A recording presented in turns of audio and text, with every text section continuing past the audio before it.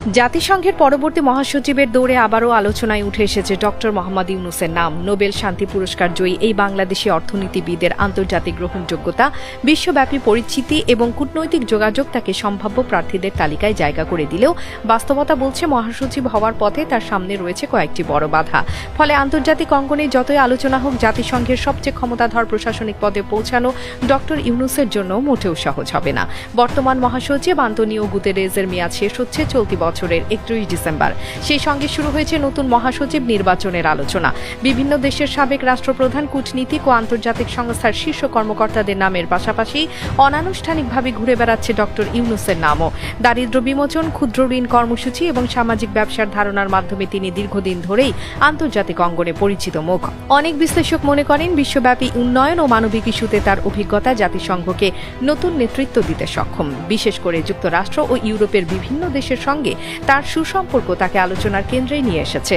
তবে সবচেয়ে বড় বাধা হয়ে দাঁড়িয়েছে জাতিসংঘের অলিখিত আঞ্চলিক রোটেশন নীতি। 2007 থেকে 2016 সাল পর্যন্ত দক্ষিণ কোরিয়ার বান কি মুন এশিয়া অঞ্চলের প্রতিনিধিত্ব করে মহাসচিব ছিলেন। এরপর 2017 সাল থেকে ইউরোপীয় অঞ্চলের প্রতিনিধি হিসেবে দায়িত্ব পালন করেছেন আন্তোনিও গুতেরেজ। সেই ধারাবাহিকতায় এবার আফ্রিকা কিংবা লাতিন আমেরিকা অঞ্চল থেকে নতুন মহাসচিব নির্বাচিত হওয়ার সম্ভাবনায় বেশি বলে মনে করছেন কূটনৈতিক বিশ্লেষকরা।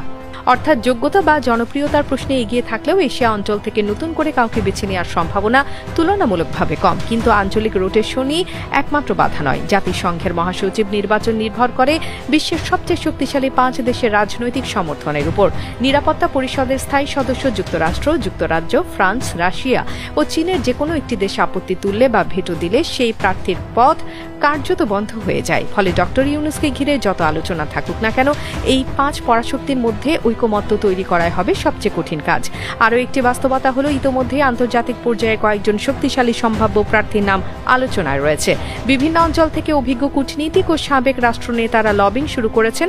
ফলে ডক্টর ইউনূসের আন্তর্জাতিক মর্যাদা এবং নোবেল জয়ী পরিচয় তাকে আলোচনায় রাখলেও জাতিসংঘের মহাসচিবের চেয়ার পর্যন্ত পৌঁছানোর পথ এখনো দীর্ঘ এবং জটিল।